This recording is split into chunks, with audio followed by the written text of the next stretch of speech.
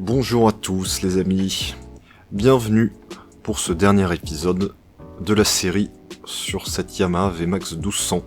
Aujourd'hui on s'occupe de tout ce qu'il reste à faire et on commence par le boîtier d'allumage HS, comme on l'a vu dans l'épisode diagnostic, que je vais remplacer par un boîtier DevMoto. Je passe rapidement là-dessus, il faut enlever la vis que je vous ai montrée et ensuite le débrancher et il sort par le côté ainsi. Et pour ceux qui doutaient du fait qu'il était cramé, voilà l'intérieur. Et le nouveau boîtier DevMoto qui sera meilleur que celui d'origine et bien plus fiable. C'est du plug and play. Il faut juste brancher les fiches dans leurs emplacements. Et je teste tout de suite l'allumage avec une bougie pour voir si ça marche.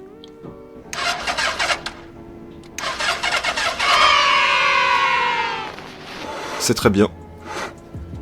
Le boîtier a solutionné le problème, donc je vais pouvoir remplacer les bougies maintenant.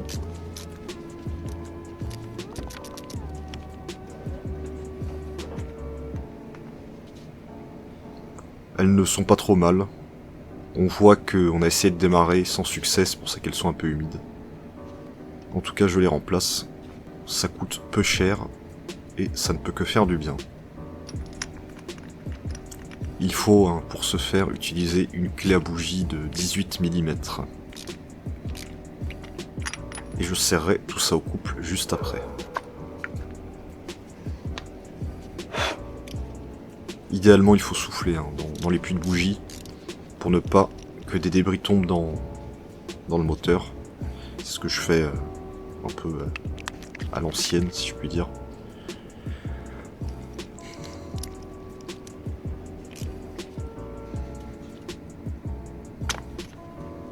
Et ensuite on va s'occuper des fils de bougie et des antiparasites parce qu'ils ont quand même une sale tête. Un peu plus loin dans la vidéo. Les 3 bougies qu'on vient de voir viennent sans problème, par contre ici, je me rends compte qu'elle est coincée. Et que cet antiparasite n'était pas du tout vissé. C'est pour ça que je vais tout remplacer juste après.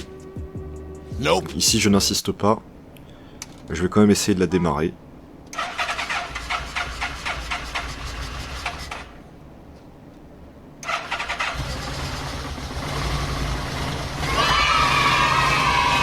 Et ça marche. Alors elle tourne un peu moyennement, elle tourne un peu sur 3 cylindres, et quand on passe la première elle se met à tourner sur les 4 cylindres, ne me demandez pas pourquoi. Et de toute façon la boîte air était mal enclenchée, c'est pour ça qu'elle tournait moyennement. Mais vous verrez plus tard qu'elle tourne bien, je pense dans une autre vidéo. En tout cas tout ça est bon signe, et maintenant qu'elle est chaude, on peut sortir la bougie coincée. On a mis un levier un peu plus important et c'est venu sans problème. Par contre on va voir que il y a beaucoup de rouille à cet endroit parce que de l'eau s'y était stockée. C'est très délicieuse. Et même chose dans le puits, justement. On voit la rouille, donc on l'a enlevé soigneusement. Du mieux qu'on a pu, et c'est déjà très bien, et on va pouvoir mettre une bougie neuve.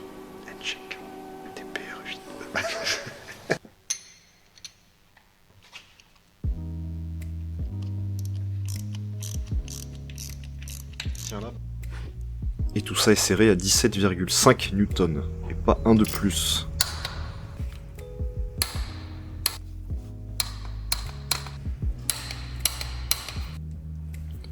Et on s'occupe maintenant des fils et des antiparasites.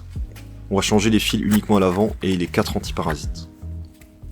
Et d'après les recherches que j'ai menées, cette référence est compatible.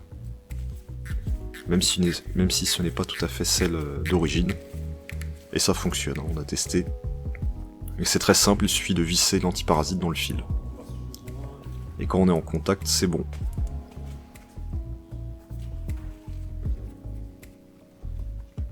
On coupe un demi-centimètre du vieux fil pour récupérer un bon contact. Et on voit qu'il y a un peu de rouille ici. C'était les pièces d'origine, donc ça leur fera du bien. On passe maintenant à la réfection du mètre-cylindre de frein, car celui sur la moto, on va dire, n'est pas fonctionnel. Donc on en a commandé un d'occasion, et je vais le rénover. Donc c'est très simple, hein, j'ai sorti le clip, je peux pas vous montrer, mais il faut une pince très fine, le plus fine possible, et la plus longue possible. Ce qui permet d'extraire le clip, et ensuite vous avez juste à tirer sur ce piston, et l'ensemble vient, ici le second joint, puis la coupelle, siège de ressort on va dire, et enfin le ressort. C'est très simple hein, comme opération pour le coup. On voit qu'il est un peu sale à l'intérieur, mais de toute façon je vais le nettoyer. Et je rectifie son plan de joint au passage. Ça fait plaisir quand même. Voilà, je le nettoie rapidement, je vous montre pas tout. Et on passe au remontage juste après. A few moments later. Wow! Donc c'est bien propre, j'en profite pour tester le contacteur de frein avant. Je me mets en mode continuité sur le multimètre. Et je constate que ça fonctionne. Donc c'est parti pour la restauration des internes. Voilà le kit que j'ai utilisé, je l'ai acheté sur eBay. On voit qu'il y a deux joints qui sont différents, un avec des encoches et un sans. Celui qui n'a pas les encoches va dans la gorge du piston ici. Et les deux joints font face au même sens, autrement dit la partie creuse vers le fond du mètre-cylindre, vers l'intérieur donc. Il faut l'insérer, tirer dessus pour lui faire passer l'obstacle. Vous pouvez utiliser un petit pic, j'utilise un tournevis de précision, et ça rentre sans problème. Ensuite cette rondelle en métal, puis le second joint avec les encoches. Je lubrifie les joints avec du liquide de frein pour que ça glisse. Et l'intérieur du mètre-cylindre. Le ressort a un côté large et un côté moins large. Le côté large va au fond du mètre-cylindre. Je parle du diamètre. Ici, je mets la coupelle. Le plus simple est de mettre le tout sur le piston et de pousser l'ensemble. Par la suite. On s'assure que c'est bien en place. Une fois que c'est bon, on va pouvoir remettre le clip. C'est difficile de vous montrer, mais voilà, vous prenez votre pince à clip, vous l'insérez jusqu'au fond, dans la gorge, et vous relâchez, et vous faites le tour avec un petit tournevis pour vous assurer que tout est en place. Comme ceci. Et enfin, ce capuchon qui va s'accrocher dans les fentes du piston.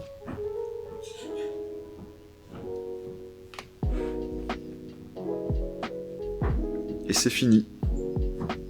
On va pouvoir le reposer. On dépose l'ancien, on desserre le banjo avant de desserrer le mètre-cylindre du guidon, c'est plus simple. Sinon il va tourner.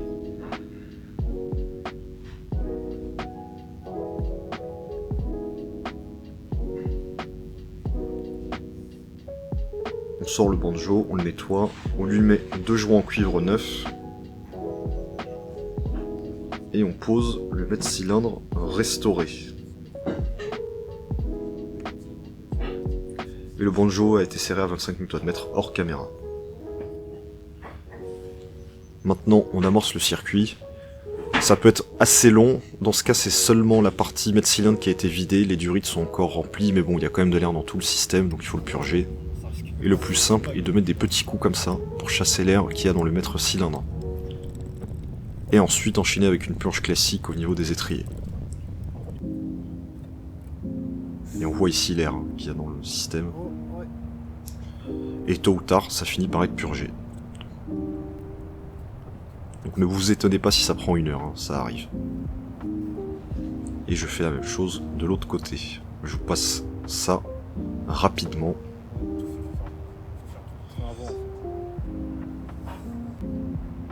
Et voilà le résultat. Alors on va revenir au frein, parce que on va se rendre compte qu'il y a un problème avec les étriers à l'avant. Vous verrez un peu plus loin dans la vidéo.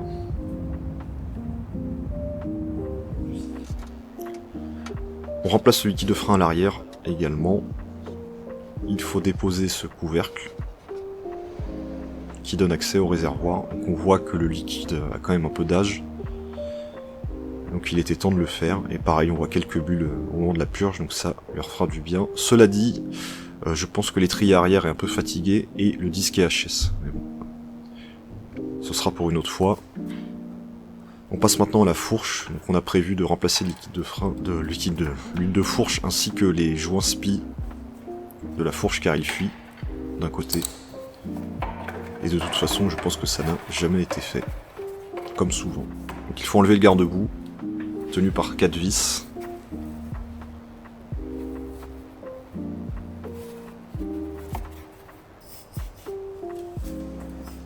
Ensuite, desserrer le boulon de bride et le câble d'entraîneur de compteur.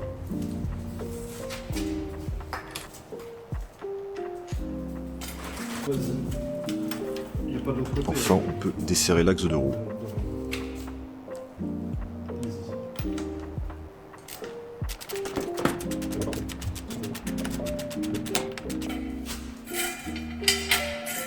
On met la moto sur chandelle pour faciliter le travail, on sort l'axe et la roue sort. Il faut pour ce faire tourner un peu les pieds de fourche pour que les étriers pointent vers l'extérieur, comme ça.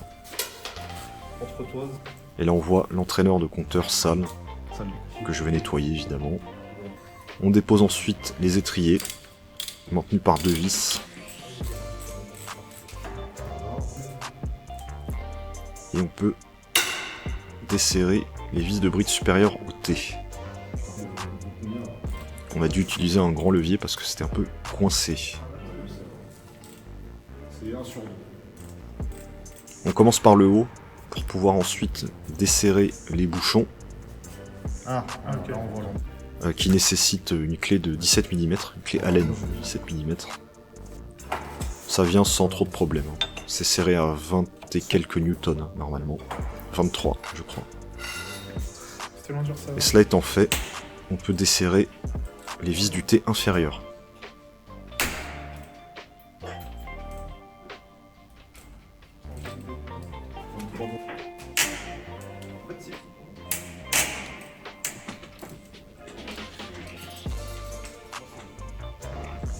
Il faut ensuite déposer ce passage d'air, car c'est une fourche hydropneumatique, et enlever ce clip qui empêche la fourche de tomber et qui repère le passage d'air justement, enfin qui le place, positionne. Même chose de l'autre côté. Et les fourches glissent par en bas. Voilà. Et on va s'occuper de ça là-haut.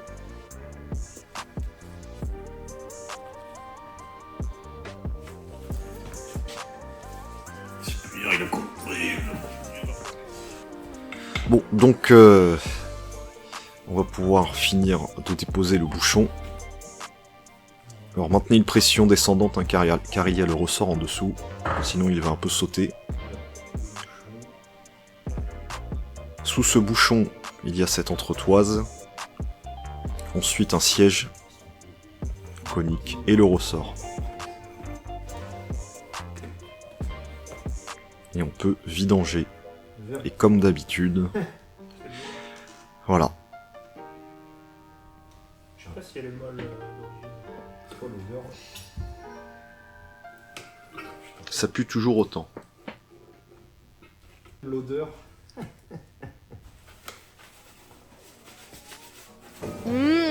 C'est très délicieuse. Et à ce stade, c'est de l'eau, clairement. Je ne sais pas si ça a déjà été fait. Bref, même chose de l'autre côté, je passe ça en vitesse, c'est exactement la même chose.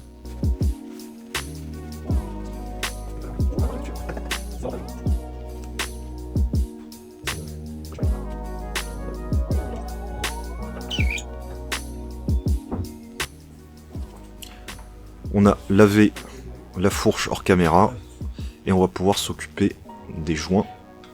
On enlève le cache-poussière qui a une bague en métal hein, autour, donc il est assez rigide. Ça découvre le clip en métal et enfin le joint à lèvres. On a enlevé le clip et là on utilise une méthode non conventionnelle. On met une vis à bois dans le joint et on tire dessus. Il faut enfoncer le tube de fourche au maximum et mettre un chiffon pour protéger. Et ça vient très facilement, donc c'est vraiment une bonne méthode. Et ça évite d'avoir à tout démonter par en dessous. Bon, c'est de la méthode. Voilà. C'est bon.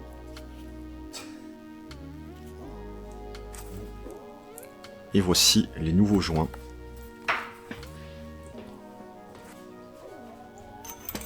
On commence par cette rondelle, ensuite le joint à lèvres, avec la lèvre vers le bas, vers l'huile, hein, toujours. Il suffit ensuite de la presser, on l'a lubrifiée hein, avec de l'huile de fourche, pour qu'elle glisse bien, enfin pour qu'il glisse bien. Et on finit de l'enfoncer avec un tube PVC de 50 mm ici. C'est parfait hein, pour faire le job, vous en trouvez n'importe où. Enfin, on peut remettre le clip.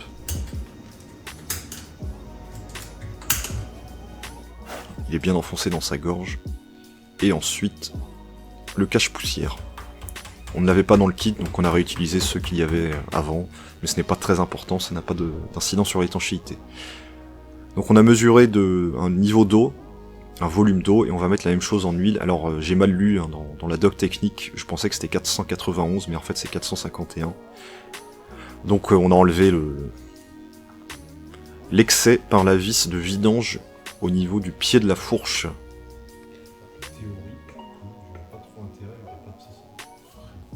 Et il faut purger l'air de la fourche, donc en pompant lentement, plusieurs fois. Ensuite, on repose le ressort comme on l'a trouvé, c'est-à-dire spire serré vers le haut. Dans l'extase la plus totale. Ensuite, la rondelle siège, puis l'entretoise et le bouchon.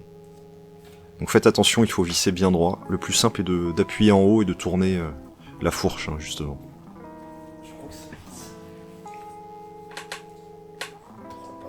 On serrera ça sur la moto, quand la fourche sera dans l'été.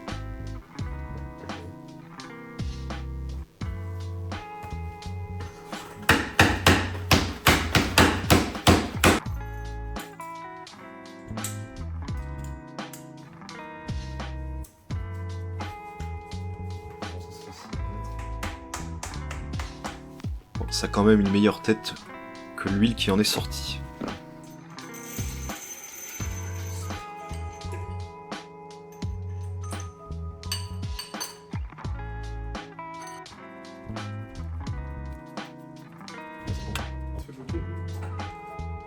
On repose la fourche.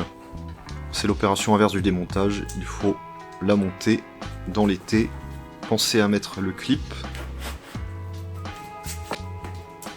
Voilà, à ce moment. Ensuite, le passage d'air.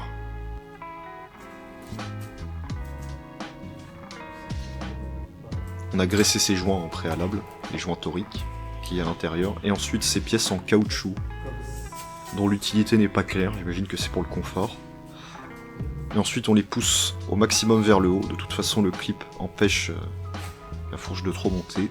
Oui, j'ai nettoyé et graissé l'entraîneur entre temps. On repose la roue et on serrera tout quand la roue sera installée. Et la moto reposée.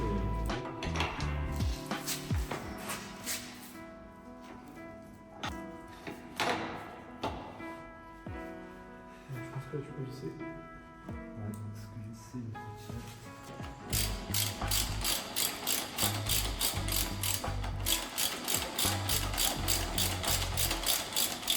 Ça glisse tout seul.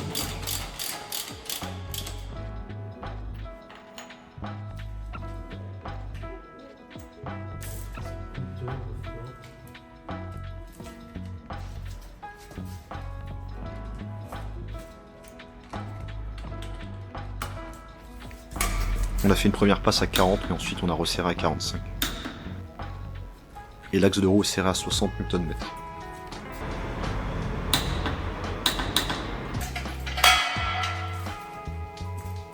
On enlève les chandelles et on pompe quelques fois la fourche pour que tout se mette bien en place. Et on va pouvoir resserrer le boulon de bride.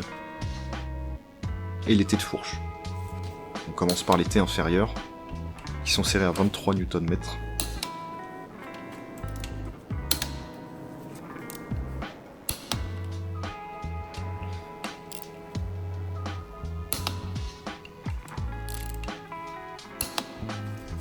Ensuite, hors caméra, on a serré les bouchons à la clé à laine et on resserre les T supérieurs à 20 Nm. Et le boulon de bride à 20 Nm aussi. On vérifie que l'entraîneur de compteur fonctionne et c'est le cas.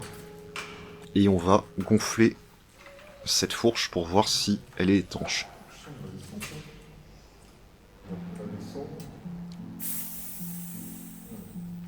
Et c'est le cas.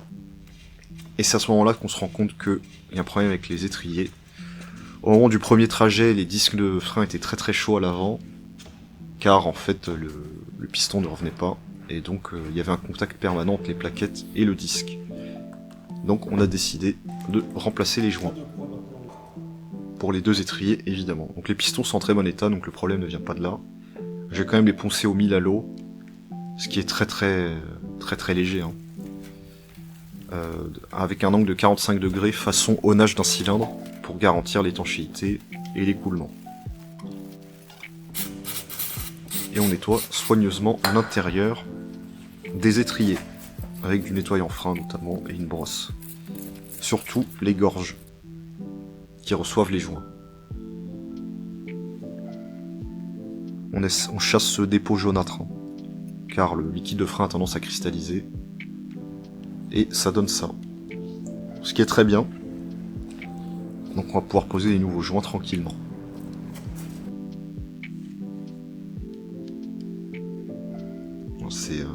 Le piston ressemble à ça après le ponçage.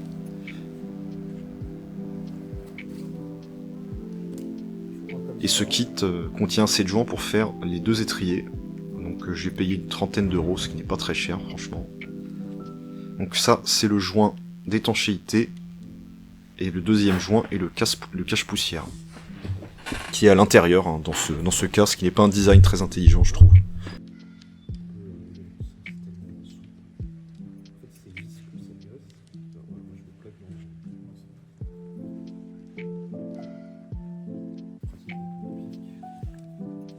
Il faut s'assurer que le deuxième joint est bien inséré dans la gorge sans avoir vrillé.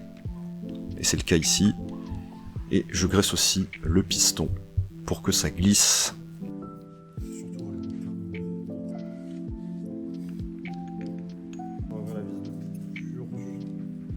Et là il rentre tout seul.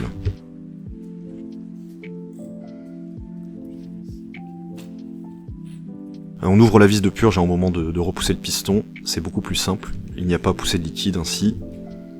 Et voilà à quoi ça ressemble.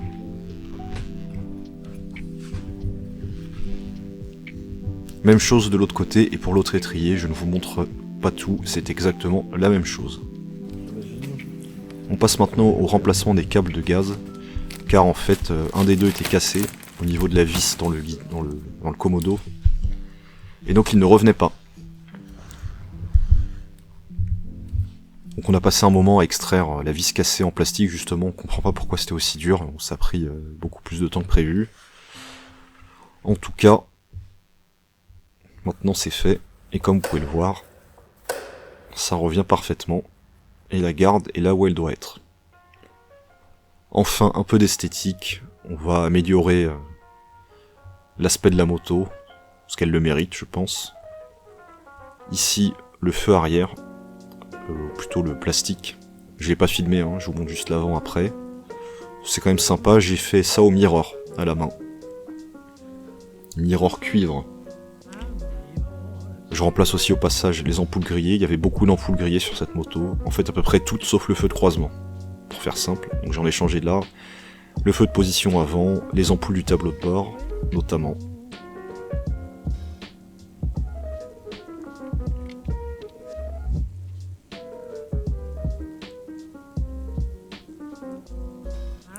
Et ça fonctionne, incroyable. Alors le phare arrière se promène un peu parce qu'en fait il est mal fixé, comme vous pouvez le voir ici. Le carrossier qui a repeint la moto a fait n'importe quoi, donc il y a un des écrous qui s'est barré. Bref, donc j'ai mis des rondelles et remis les écrous là où ils doivent être, et ça tient depuis. On passe maintenant à la peinture. On va rapidement corriger la peinture pour enlever toutes ces marques vraiment grossières, les traces d'eau séchées et les plus grosses micro-rayures. c'est compliqué de travailler avec les pièces non fixées sur la moto car elles ont tendance à se barrer quand on utilise des outils rotatifs. Ici je commence à la main pour voir ce que ça donne. Et je passerai à la machine après. Mais bon, en tout cas on récupère déjà un peu de brillance. Même si ce n'est pas parfait, hein, mais c'est pas le but. C'est un peu mieux. C'est très bien comme ça. De toute façon, c'est un cadeau qu'on fait au propriétaire. Comme ça, il sera content. Donc, même chose pour le faux réservoir. Qui est un peu micro-rayé, mais c'est pas trop horrible, franchement, ça va. Si j'avais pu vraiment travailler avec la machine rotative tranquillement, j'aurais pu tout enlever sans problème. Mais là, j'ai fait ça dans ma chambre. Et c'est un peu une galère, donc c'est pour ça que je suis dans une position étrange. C'est pour ne pas qu'il tourne en même temps que je corrige la peinture avec la perceuse.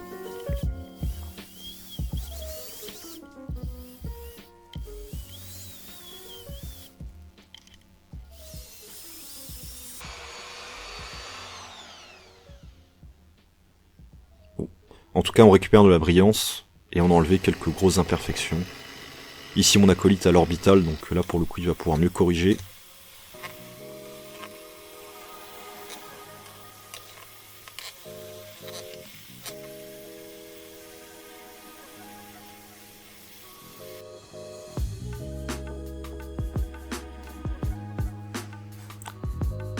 Voilà, on vous montre après le résultat. Maintenant, on va un peu s'occuper des jantes qui sont vraiment fatiguées.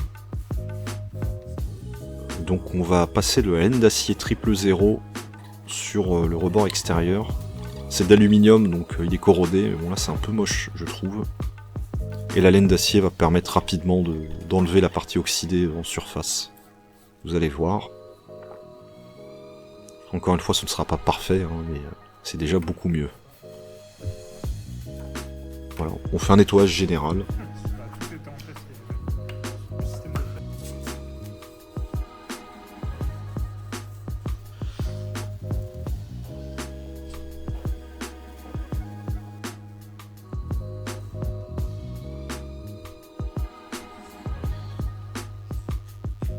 Et c'est parti pour la repose des derniers éléments.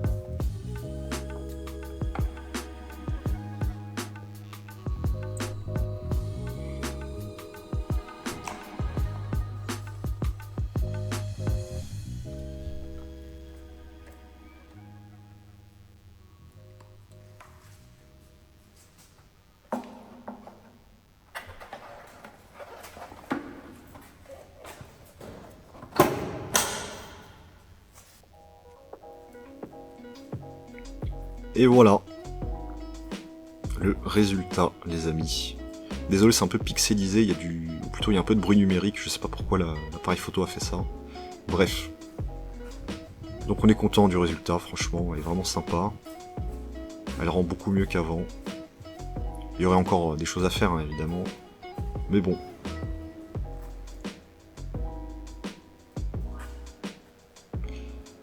Alors je ne vous emmène pas faire un tour dans cette vidéo. Je vous ferai ça dans une vidéo dédiée, dès qu'il fait un peu plus chaud dans la région.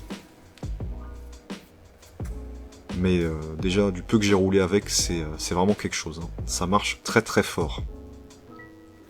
Donc hâte de tester ça sur route. J'espère que cette série vidéo vous a plu. Je vous dis à très bientôt pour l'essai routier. Et comme d'habitude, likez, partagez et n'hésitez pas à m'envoyer un mail si besoin. A bientôt les amis.